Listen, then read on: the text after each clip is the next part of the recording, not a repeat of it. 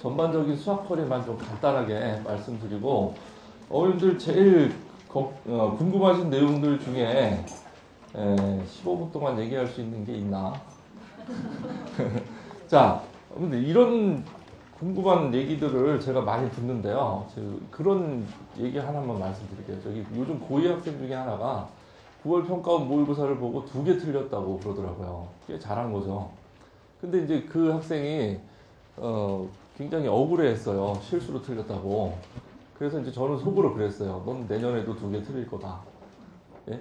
왜 그런 얘기를 하는지, 그 상황이 어떤 상황이고, 이 평가원에서 벌어지고 있는 일이 무슨 일인지, 그 9월 평가원 모의고사를 왜 신뢰하면 안 되는지, 이런 것들을 말씀을 드릴게요. 9월 평가원 그 점수가 이제 1등급 컷이 92점. 예? 근데 작년 수능 점수도 92점이 1등급 컷. 이런 얘기거든요. 근데 그 1등급 컷을 믿으시면 안 돼요. 예? 그래서 이제 수학 공부를 하는 데 있어서요, 그냥 무작정 수능 점 공부 따로, 뭐 논술 공부 따로, 근데 논술 쉬워진다는데 수능은 원래 쉽고, 근데 이상하게 우리 애들은 점수가 안 나오고 막 되게 이상해져요. 근데 전체적인 수학 공부가 왜 이렇게 됐는지를 제가 간단하게 말씀드리고, 제가 어떤 식으로 수업하는지 지금 10분 남았네요, 이제. 예, 말씀드리겠습니다. 예. 자, 수학에 전체적인 커리가 있는데요. 이게 교육과정이에요. 그래서 교과과정이라는 거를 말씀을 드리면, 교과서를 얘기하는 게요, 교과서를 만들 때 교육과정 해설서라는 게 있어요. 그래서 뭘 넣고 뭘 빼라. 그럼 뭘 넣고 빼라 할 때 뭐가 있을 거 아니에요. 그게 바로 이제 수학에 있는 내용들인데, 그게 이제 뭐 대수, 해석, 기하 벡터, 기백, 확률 통계, 이런 내용들이요, 지금 2학년 학생들 말고 이제 1학년 학생들은 또 개정 과정이 되죠. 이게들이 크게 달라지는 게 아니에요. 원래 수학이 있는데 그거의 순서를 가리키다 보니까 앞뒤가 안 맞는 것들이 모순이 되는 것들이 생겨요. 이제 그걸 또 다시 이렇게 바꾸는 거예요. 이름을 바꾸고. 그렇게 되는 것들이 개정 과정일 뿐인데, 지금 이 내용들 중에 고등학교 과정에 있는 내용들을 선별하는 거예요. 그런데 분명히 모든 수학자들이 고등학생들 가르치려고 수학 공부 안 했을 거 아니에요. 그죠? 그러니까 교과과정 바깥에 있는 내용도 있고, 굉장히 천재적인 그 수학의 생각들도 있고, 수학적인 풀이 기술도 있고, 그걸 어떻게 생각하지라고 하는 그런 내용들도 있습니다. 어머님들도 분명히 수학 공부하셨죠? 지금은 기억도 잘 안 나지만, 진짜 어려운 어떤 수학 문제인데 어떤 선생님이 보조선 하나를 쫙 그어지니까 모든 게 풀렸어요. 그렇죠? 그 보조선 하나가 천재와 나와하고 차이점이었어요. 근데 그거를 강요당하는 게 대부분의 수학 교육이에요. 그러니까 쉽게 말씀을 드리면, 수학자가 되기 위한 교육이냐 아니면 그냥 수능을 다 맞기 위한 교육이냐, 그 차이점이 엄청나게 큽니다. 근데 현재 고등학교 2학년까지는 수학자가 되기 위한 교육을 하는 게 대부분의 학교고 대부분의 수학 선생님들이에요. 근데 이제 3학년이 딱 되고 나면 일단 수능을 다 맞아야 돼요. 그게 목표고. 근데 수능 다 맞고 나서 모든 학생들이, 이과 학생들이 수학과를 가지 않아요. 수학자가 안 된다고요. 그럼 여태까지 뭘 한 거냐고요. 그걸 제가 거꾸로 묻고 싶은 거죠. 그래서 이제 제가 이런 내용들을 설명하게 됐는데, 이 바깥에 있는 내용들 중에 일부만을 교과 과정에 있는 내용으로서 교과서를 만들게 된 거예요. 그러면 그 교과서를 가지고서 시험을 보죠. 시험에 제목들이 있습니다. 제일 중요한 수능, 내신, 논구술, 이렇게요. 결론부터 말씀드리면, 이 수능 문제는 단 한 문제도 교과과정 바깥에서 내는 적이 없어요. 20년 동안 단 한 문제도 낸 적이 없어요. 근데 어렵기도 하고 쉽기도 해요. 1등급 컷이요, 80점일 때도 있었고요, 지금처럼 90점 플러스 마이너스 알파일 때도 있습니다. 88점, 92점, 90점, 이렇게요. 80점은 5개 틀려도 1등급일 때였어요. 이 차이점을 알고 나면 지금 수능이 어떻게 내고 있는지 알고 됩니다. 근데 그건 좀 나중에 말씀드리고, 논구술은 재작년까지만 해도 아무렇게나 냈어요. 서울대에서 논술을 폐지한 이유 빨리 말씀드리면, 서울대 논술을 제일 잘 보는 방법은 일단은 서울 지역에 있는 아무 데나 이공계를 학교를 가요. 그래서 1년을 다녀요. 그리고 시험을 보면 돼요. 무슨 말씀인지 아시겠어요? 예, 그냥 과학 과목도 그렇고 교과과정 바깥에 있는 거에서 아무거나 냈어요. 제시문은 그걸 냈어요. 그러니까 논술 선생님들이 하는 얘기가 논술하고 수능 다르다. 기초부터 다르다. 이런 얘기를 한 거죠. 근데 그게 잘못된 얘기였어요. 근데 이제 논술을 서울대에서 폐지했고 요즘은 논술을 굉장히 쉽게 내고 있습니다. 엄청나게 쉽게 내고 있습니다. 수능 29번, 30번 문제보다 더 쉽게 내고 있습니다. 그 내용을 빨리 5분 동안 말씀드릴게요. 자, 논술은 이 체계가 달라졌는데 이 논술이 이 바깥에서 내던 것도 줄여서 교과과정 안에서 내기 시작했어요. 대통령이 정해버렸어요. 바깥에서 제시문 내면 교복은 10%를 깎는데요. 몇백억 중에 10% 깎는데요. 몇십억 깎는데요. 안 내요, 이제. 올해 작년부터 시작해서 그냥 교과과정 안에서 내요. 어떤 문제 풀고 나서 학생들이 하는 얘기 수능보다 더 쉬운데요? 이렇게 얘기해요. 그래서 논술 선생님들이 전부 수능으로 바꾸고 있습니다. 간단하죠? 예. 그래서 내신이 제일 어려운 시험이 됐어요. 자사고 학생들 내신이. 왜냐면요. 이거랑 섞어서 마음대로 내고 있어요. 선생님들이. 100점 못 맞아요. 절대로. 예.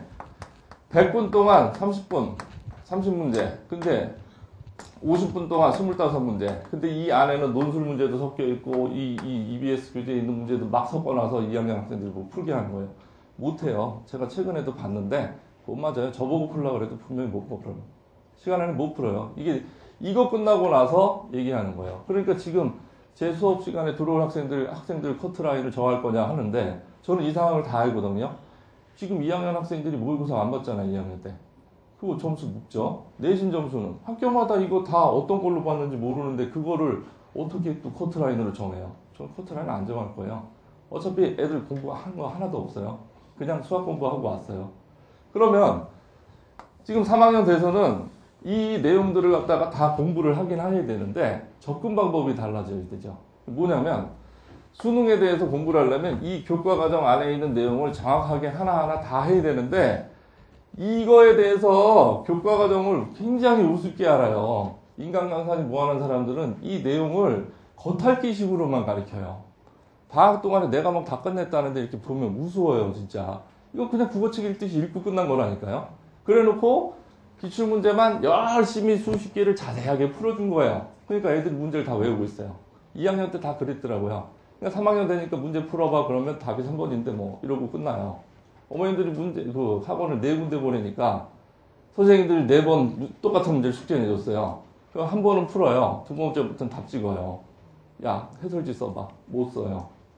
그렇게 돼버려요. 그러니까 3학년 되면 교과과정에 맞는 풀이를 할 줄 알아야지 문제를 풀 수 있을 텐데 그것도 못하고 수능 난이도도 엄청나게 쉬워져 버렸거든요. 근데 이게 왜 쉬워졌는지 이제 말씀을 드릴게요.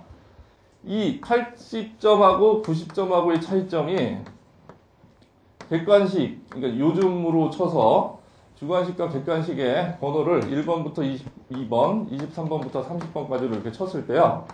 이 난이도를 1점부터 10점까지로 쳤을 때요. 이렇게 한번 나타내 볼게요. 이 1등급 허리 80점일 때는요. 이 난이도가 이렇게 올라가서 중급의 난이도가 이렇게 많았어요. 주관식도 이렇게 가서 많았어요. 무슨 얘기냐면 여기서 어려운 문제라고 느껴지는 일반적인 학생들의 문제들이 한 5, 6문제가 됐어요. 그러면 단원별로 자기가 약한 게 있기 때문에 서너 문제 푸는데 한 10분씩 걸리면 이미 주관식 말고 객관식만 푸는데 1시간이 훌쩍 넘어가 버려요. 주관식 넘어가면 갑자기 이거 1번부터 쉬운 이 문제를 푸는데 1 더하기 1이 돼버려요. 틀려요. 그냥 시간 없어서 못 풀어요. 주관식도 한 서너 문제가 어려워요. 10문제가 어려워요. 그러면 수능 망치는 거예요. 근데 문제의 특징이 난이도 10까지는 안 가고 6에서 왔다 갔다 하는 난이도이기 때문에 굉장히 좋은 문제들입니다. 그래서 수능 끝나고 나서 해설 강의 들으면 내가 모르는 게 하나도 없어요. 그래서 다 실수한 거예요. 그래서 강남대성에 1,500명씩 와 있어요. 모의고사 보면 다 쉽게 풀었는데 수능 당장 가서 보니까 이게 틀렸어요. 5개 틀리고 6개 틀리고 이렇게 된 거예요. 근데 이 두 문제가 난이도가 어느 정도냐면 시간을 주고 해설지를 쓰라 그랬을 때 한 문제당 20분 이상씩 걸려요. 그럼 작년에 이걸 맞은 학생들은 도대체 어떻게 푸느냐. 제가 들어간 자연 1, 2반 학생들 그 강남여성이에요. 이 학생들이 이거를 풀었다 그러지만 결국 조사를 해보니까 다 찍은 거예요. 어떻게 찍었냐면 이 학생들은 교과 과정에 있는 내용을 자세하게 이해했을 뿐만 아니고 요거를 바깥쪽에 있는 내용들도 어느 정도 외울 건 외워주고 공부를 좀 더 했어요. 그래서 그걸 알고 있기 때문에 찍을 수가 있어요. 수학 문제를 어렵게 낼 때는 두 가지 방법이 있습니다. 자, 논술 쪽에서는 증명이 꽃이에요. 뭐뭐심을 보여라. 근데 답만 쓰면 어때요? 논리적 비약이니까 틀린 거예요. 근데 수능은 뭐죠? 답안지에 답만 쓰면 돼요. 그러니까 답만 써서 답 맞은 거예요. 간단한 것만 하나 얘기해 볼게요. 29번 푸는데 딴 거 필요 없고요. 요게 60도였고요. 요렇게 해서 요 길이가 변하고 있는 요게 이렇게 4짜리 길이가 있는데 이렇게 움직이고 있어서 이 각도하고 이 각도가 변하고 있을 때 이렇게 내려서 요 길이에 대한 얘기를 물어봤어요. 뭐 최대인가 최소인가 뭐 이런 걸 물어봤는데 가만히 보니까 알파 플러스 베타가 120도거든요. 언제일 것 같으세요? 60도. 이거 증명하려면 5분 걸려요. 10분 걸리고. 5분, 10분이면 앞에 있는 문제 몇 개 더 풀어요. 이거 맞은 학생들 그냥 60도 찍었어요. 논술에서 이렇게 쓰면 틀린 거예요. 근데 수능에선 많은 경험상 그럴 것 같으니까 그렇게 쓴 거예요. 이해되세요? 그래서 제가 하는 수업이 뭐냐면 교과 과정에 있는 정확한 이해에 대한 많은 해설을 해주고 그거에 대한 정확한 수능 문제에 대한 이해도를 풀어봤어도 제대로 풀었는지 확인시켜요. 그거의 변형 문제, EBS 교재에서 그걸 갖다가 수능을 변형시켜가지고 3분 동안 하면 되겠네요. 이렇게 해가지고 막 이거 연습을 많이 해야 됩니다. 그래서 수능에 대한 기본적인 29번, 30번 빼고서 나머지 문제를 정확하게 푸는 연습을 하고 나머지 이 두 문제는 원래 못 풀어요. 공부 잘하건 못하건 원래 못 풀어요. 종 치고 난 다음에 해설 강의 들어야 아는 거예요. 예? 근데 그거를 풀기 위해서 논구술 준비를 따로 할 필요는 없어요. 왜냐면 이거를 만들었을 때에 이 과정에 대한 바깥쪽에 있는 중요한 이론들과 설명들을 제가 다 설명을 해줘요. 그리고 그거에 대한 논술 문제에 대해서 이미 나와 있는 학교의 중요한 기출문제를 한 학교에 하나씩 몇 개씩 해서 일주일에 하나씩 과제를 줘요. 어차피 못 풀어요. 못 풀어요, 학생들. 그거 풀라고 낸 문제 아니었어요. 틀리라고 낸 문제들이었어요. 그거를 하나씩 주고 생각을 해서 그걸 갖다가 해설을 해보고 그거에 대한 결론들을 조금씩 하나하나 차근차근 해나가면요. 결국은 지금 내가 보는 시험이 수능이니까 귀납적으로 접근하자. 알고 있는 내용을 찍을 수 있으면 찍자. 그래야 29번, 30번 중에 적어도 하나는 맞출 수 있어요. 그래프 10대까지 있는데 지금 내가 이걸 미분해가지고 일일이 그려야 되나? 외워서 쓰는 거예요. 안 그러면 시간 없어서 못 풀어요, 100번. 나머지 논술, 구술 이거의 기초까지도 여기서 잡히는 거예요. 논술을 풀기 위해서 논술 수업만 다시 들으면 수능은 안 하고서 어떻게 봐요, 이게. 말이 안 돼요. 모든 고등학교 시험은 고등학교 교육을 받은 학생들을 위해서 내는 시험 맞죠? 근데 왜 고등학교 과정 안 하는 바깥쪽에 시험을 내겠습니까? 안 되죠? 요 더 자세한 얘기는 나중에 하고 싶은 얘기 진짜 많은데 이런 얘기는 나중에 말씀드릴게요. 그래서 제가 항상 학생들한테 자신 있게 얘기하는 게 제 강좌 제목이 요 센트로이드 매스라고 써 있죠? 예, 이게 무게중심 잡기예요. 무게중심. 질량 중심이죠. 정확하게 얘기하면. 이게 교과 과정에 대한 정확한 중심을 잡고 그 바깥에 있는 정확한 중심을 잡으면 내가 보는 시험이 뭔지를 알아요. 그래서 그거에 대해서 수능을 볼 때는 어떻게 접근하고 논술을 볼 때는 어떻게 접근해야 되는 마인드가 생깁니다. 그래서 문제를 풀다 보면 논술 문제를 억지스럽게 수능으로 바꿔놓은 문제들은 딱 걸러낼 수 있어요. 그래서 요번 모의고사가 요즘 너무 유행인데 모의고사 문제조차도 허접한 걸 찾아낼 수 있어요. 제가 올해 살을 굉장히 많이 뺐는데 12kg 뺐어요. 저절로 빠지더라고요. 처음에 운동하고 뭐하고 막 뺐는데 나중에는 문제를 12회 이상 만들다 보니까 일주일에 하나씩 만들어내니까 저절로 빠지더라고요. 예? 모의고사 만드는 게 다이어트에 좋은지 몰랐어요. 학생들한테 만들어서 시험을 보게 해야 되는데 수능에 최적화되어 있는 문제들 자체가 없어요. 만들어 줘야겠더라고요. 그걸 할 수 있는 선생들은 이걸 다 알아야 만드는 거예요. 자기가 뭔 문제를 만드는지 모릅니다. 예? 그렇게 해서 제가 강의를 하니까 강남대성 학생들 중에 상위반 학생들이 좋다를 한 12% 쓰고 나머지가 매우 좋다고 써요. 예? 제 커리에 대해서 광고가 잘못 나가게 있어서 다시 말씀을 드리겠습니다. 요게 연강 커리큘럼인데요. 1, 2월 달에 수투 중심적으로 수원을 합니다. 어머님들, 학생들이요, 3월 달부터 시험 보는 게 누적으로 수원 수투밖에 안 봐요. 올해도요, 전교 1등 하는 학생이 적통하고 기백 공부부터 한다고 그것만 했다가 3월 달 시험에 60몇 점을 맞았어요. 자신감이 어떻게 되는지 아시겠죠? 내가 여태까지 뭘 했는지. 진짜 수원 수투 뭐 다 했다 그래도 요거 아니에요. 3학년용 공부는 다시 있어요.